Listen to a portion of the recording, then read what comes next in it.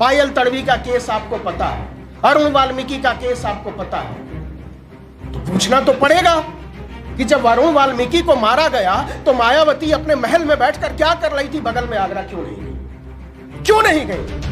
क्यों नहीं माना जाएगा कि आपने संविधान के साथ, बाबा साहब के सपनों के साथ विश्वासघात किया? जो लोग सोचते थे कि वो इधर और उधर की बात करके बच जाएंगे या अपने आप को बचा ले जाएंगे, वो बर्बाद हो गए हैं इस चुनाव में। भारत की जनता ने उनको खारिज कर दिया है।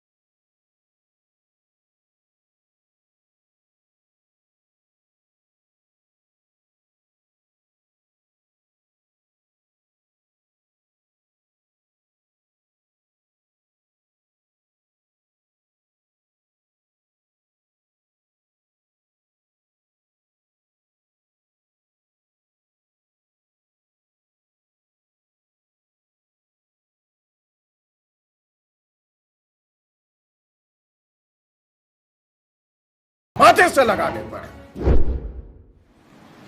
एक बड़े नाजुक दौर में यह बैठक बुलाई है आप लोगों ने, और नाजुक दौर में इसलिए कह रहा हूं कि दिल्ली में, लखनऊ में, कई जगहों पर जब हम कार्यक्रम करने जाते हैं, बुलाया जाता है, तो पॉलिटिकल लोगों तक की हिम्मत नहीं होती है कि वो कहें कि आप जैसे बोलना चाहते हैं वैसे बोलिए। ऐसे में Canara bank SC/ST employees association ने ये हिमाकत की है और हमारे सामने कोई कर्टन रेजर नहीं रखा कि आपको इसी दायरे में बात करनी है, तो ये अपने आप में बहुत बहादुरी का काम है। वो इतनी बहादुरी का काम है कि हम उसकी दिल्ली में बैठकर कल्पना नहीं कर सकते। तो इसके लिए आप सब लोगों को, Canara bank SC/ST employees association, Virendra ji, आपकी पूरी समिति, सबको बहुत बहुत बधाई।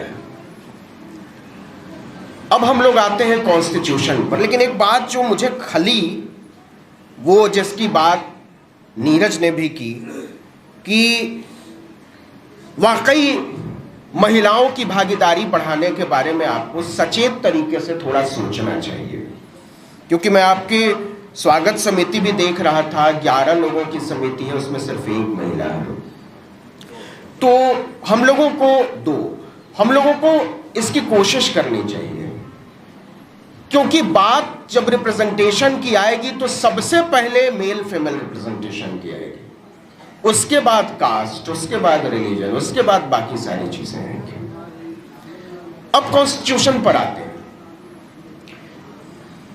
कि कॉन्स्टिट्यूशन की ताकत क्या है और उसकी जरूरत क्या है। कॉन्स्टिट्यूशन हमने अपनी याद में जितने भी चुनाव देखे हैं, और आपने भी जितने चुनाव देखे होंगे या जितने चुनावों के बारे में पढ़ा होगा, पहली दफा हमने रैलियों में कॉन्स्टिट्यूशन को लहराते देखा नेताओं को। पहली दफा ये हुआ है, और इसका असर ये हुआ है कि एक महामानव को, जिस पर आरोप है कॉन्स्टिट्यूशन को, संविधान को नेस्तनाबूद करने की, उसने दिल्ली के पार्लियामेंट हाउस के सेंट्रल हॉल में जब मीटिंग की तो दुनिया भर के अखबारों में फोटो छपी संविधान के सामने सिर झुकाते हुए। ये उस आदमी का शौक नहीं था, आपने इसके लिए उस आदमी को मजबूर किया है। ये संदेश है कि इस मुल्क में संविधान को आंख दिखाने वालों की हैसियत क्या होगी, और संविधान वो लकीर है जहां कोई समझौता नहीं हो सकता। और जब मैं समझौते की बात कर रहा हूं तो मैं कोई इधर उधर की बात नहीं कर रहा हूं। जब बात संविधान की जो सबसे प्यारी लाइन है, पूरा संविधान किस बात के लिए लिखा गया, क्यों इसकी जरूरत पड़ी, क्यों एक लिखित दस्तावेज की जरूरत पड़ी। इसकी जरूरत इसलिए पड़ी कि इसकी जो आखिरी लाइन है वो है व्यक्ति की गरिमा। सिर्फ व्यक्ति की गरिमा को बचाने के लिए इतना बड़ा संविधान लिखा गया। संविधान के हर अक्षर में व्यक्ति की गरिमा है। तो क्या हुआ कि आज व्यक्ति की गरिमा सवालों के दायरे में आ गई।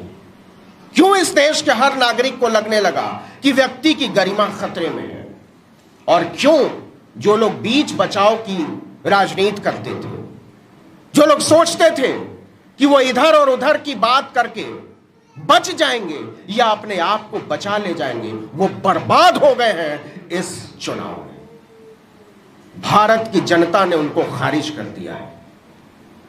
जो लोग बहुजन राजनीति की बात करते थे, बहुजनों की ठेकेदारी की बात करते थे, उन तमाम बहुजन ठेकेदारों को खारिज कर दिया है। आज उत्तर प्रदेश के विधानसभा में हालत यह है कि बहुजनों के नाम पर बनी सबसे बड़ी, सबसे विशाल पार्टी का कोई विधायक नहीं। भारत की लोकसभा में उसकी कोई हिस्सेदारी नहीं है। और वह हिस्सेदारी क्यों नहीं है? वह हिस्सेदारी इसलिए नहीं है कि आपने बहुजनों को ठगना शुरू किया, आपने बहुजनों को कमजोर करना शुरू किया, आपने बहुजनों की सौदागरी शुरू की, आपने बहुजनों को बेचना शुरू किया। यह बात आप में से कई लोगों को बुरी लग सकती है, लेकिन यह बात कहनी पड़ेगी और बार बार कहनी पड़ेगी। जिनके हाथों में आप पूरी मासूमियत के साथ अपना पूरा मुस्तकबिल सौंप देते थे, आप अपनी पूरी जिंदगी सौंप देते हो, वो करते क्या है? वो किसी भारतीय जनता पार्टी की कठपुतली बने हुए नहीं थे। वो किसी को सत्ता में पहुंचाने के लिए काम नहीं कर रहे थे और कर रही थी। वो देश के संविधान के गद्दार हैं और वो उनको संविधान से गद्दारी की सजा दी है भारत की जनता ने। यह संदेश है कि जब भी भारत के संविधान से कोई गद्दारी करेगा, जब भी कोई बाबा साहब डॉक्टर भीमराव अंबेडकर की सोच, उनके विचारों से गद्दारी करेगा, तो उनकी इस लोकतंत्र में हैसियत क्या होगी, उनकी इस लोकतंत्र में स्थिति क्या होगी। यह बात समझे जाने की जरूरत है, यह बात कहे जाने की जरूरत है, क्योंकि बीच बचाव की राजनीति हुई है। मैं मीडिया पर भी आऊंगा, क्योंकि मीडिया पर बहुत बड़ी बड़ी बातें हुई हैं और होनी चाहिए। यह भी हिस्सेदारी की बात हुई है कि मीडिया में हिस्सेदारी नहीं है, उस पर भी मैं बात करूंगा। लेकिन उसके पहले मैं संविधान पर कुछ और बात करना चाहता हूं। आज अब यह कार्यक्रम क्यों कर पा रहे हैं? हम लोगों को इतनी महंगी महंगी टिकटें देकर आप क्यों बुलवा पाए? क्यों आप एक साथ इकट्ठे हो पाए? क्यों आज आप संविधान को बचाने की कोशिश करते नजर आ रहे हैं? क्यों इतना बड़ा जमावड़ा लगा है? इसलिए लगा है कि इस देश में रिजर्वेशन नाम की एक चीज है, और वो रिजर्वेशन सिर्फ और सिर्फ इस वजह से है कि इस देश में सार्वजनिक उपक्रम है, और वो सार्वजनिक उपक्रम इसलिए है क्योंकि इस देश में इक्वल रिप्रेजेंटेशन को सुनिश्चित करने की बात हुई। क्योंकि इस देश के संविधान बनाने वालों को लगा कि जब तक सार्वजनिक उपक्रम नहीं खड़े करेंगे आप रिजर्वेशन नहीं दे पाओगे, और जब तक रिजर्वेशन नहीं दे पाओगे तब तक आप आदमी और आदमी को बराबर नहीं कर पाओगे। और इसलिए इस देश में हर एक इंस्टीट्यूशन को प्राइवेट करने की बात हो रही है। यह प्राइवेटाइजेशन कोई देश के विकास के लिए नहीं है बाबू। यह प्राइवेटाइजेशन कोई इस बात के लिए नहीं है कि हेल्थ, एजुकेशन ये सब बेहतर हो जाएंगे। ये प्राइवेटाइजेशन इस बात के लिए है कि आप चोर दरवाजे से रिजर्वेशन को खत्म करना चाहते हो। और ये प्राइवेटाइजेशन इसलिए है कि आप आदमी और आदमी की बराबरी के खिलाफ हो, आप आदमी और औरत की बराबरी के खिलाफ हो, आप खिलाफ हो मानव गरिमा, बंधुत्व और न्याय के सिद्धांत के। और इसलिए यह बात करनी जरूरी है कि क्यों हर संस्थान को आप प्राइवेट हाथों में सौंप देना चाहते हैं। आप जरा नजर उठाकर देखिए, आपने क्या कहा? आपने कहा जेएनयू में देशद्रोही पलते हैं, गद्दार पलते हैं। टाइम्स की जो दुनिया के टॉप मोस्ट एजुकेशन की स्थिति है उसमें सोशल साइंस पढ़ाने वाली इकलौती यूनिवर्सिटी भारत की है जवाहरलाल नेहरू यूनिवर्सिटी। भारत सरकार की अपनी रिपोर्ट में जो दूसरी सबसे बड़ी बढ़िया यूनिवर्सिटी है, शानदार, वो है जामिया मिलिया यूनिवर्सिटी। जो चौथी सबसे बेहतर यूनिवर्सिटी है वो है अलीगढ़ मुस्लिम यूनिवर्सिटी। भारत सरकार के अपने डेटा में आप कहते हो कि जेएनयू में गद्दार पलते हैं, जामिया में देशद्रोही पलते हैं, अलीगढ़ में मदरसे वाले पढ़ते हैं। आप ऐसा इसलिए कहते हो क्योंकि आप जानते हो कि जो लोग इन संस्थानों में पढ़ते हैं वो किन तबकों से आते हैं, किन परिस्थितियों में आते हैं। छोटे छोटे सपने लेकर लंबी यात्रा करने के इरादे से आते हैं। आपको दिक्कत इस देश को तोड़ने वालों से नहीं है, वो तो आप खुद ही कर रहे हो। आपको दिक्कत है कि जब इस देश का गरीब, जब इस देश का दलित, जब इस देश का पढ़ा लिखा पसमानदा, जब इस देश का आदिवासी आपके साथ आपके बराबर की कुर्सी पर बैठकर बराबरी का हक मांगने लगेगा तो आपका क्या होगा। इसलिए आप चाहते हो कि जो व्यवस्था बनी हुई है मनुस्मृति के हिसाब से वो बिगड़नी नहीं चाहिए। इसलिए आप चाहते हो कि आने वाले सदियों तक सिर्फ जूठे बर्तन धोने वाला जूठे बर्तन धोता रहे, फटे कपड़े सिलने वाला कपड़े सिलता रहे, मालिश और बेगार करने वाला मालिश और बेगार करता रहे, दरबानी करने वाला दरबानी करता रहे, ड्राइवरी करने वाला ड्राइवरी करता रहे। और इसलिए आप कहते हो कि अगर यह व्यवस्था टूट जाएगी तो भारत देश चरमरा जाएगा। वो लोग आज भारत के संविधान को सिर से लगाते हुए नजर आ रहे हैं जिन्होंने, जब बाबा साहब ने महिलाओं को अधिकार देने की बात की, जब हिंदू कोड बिल आया तो इसी पार्लियामेंट के बाहर करपात्री स्वामी के नेतृत्व में आरएसएस और हिंदू महासभा के लोगों ने हंगामा खड़ा कर दिया था और कहा था कि अरे बाप रे बाप, महिलाओं को बराबरी का अधिकार, समाज का क्या होगा, परिवार का क्या होगा। महिलाओं को बराबरी का वेतन, महिलाओं को गर्भ के लिए छुट्टी, महिलाओं के लिए पीरियड के लिए छुट्टी, ये सब नहीं चलने वाला है, ये सब देश बर्बाद कर देंगे। उसी सोच के वाहक, ये आपकी ताकत है, ये आपकी स्थिति है जो हमको संविधान से मिली है कि हमने मजबूर कर दिया है संविधान को रौंदने का इरादा रखने वालों को संविधान को माथे से लगाने पर। आपको लगाना पड़ेगा माथे से, और इसलिए लगाना पड़ेगा कि आपको पता है कि इस देश के ज्यादातर लोग आपके हिसाब से चलने को तैयार नहीं है।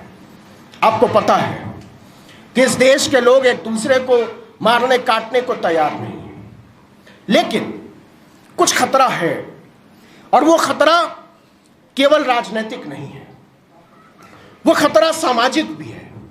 हमको अपना दिल बड़ा करना पड़ेगा, और दिल बड़ा इसलिए करना पड़ेगा क्योंकि हमारे बीच के बुद्धिजीवी गलतफहमियां फैलाते हैं, क्योंकि वो गलतफहमी नहीं फैलाएंगे तो उनका धंधा नहीं चलेगा। तो अपने धंधे को बचाएं, इसलिए जरूरी है कि वो ऊट पटांग बातें करें। वो बहुत सारी बातें करते हैं।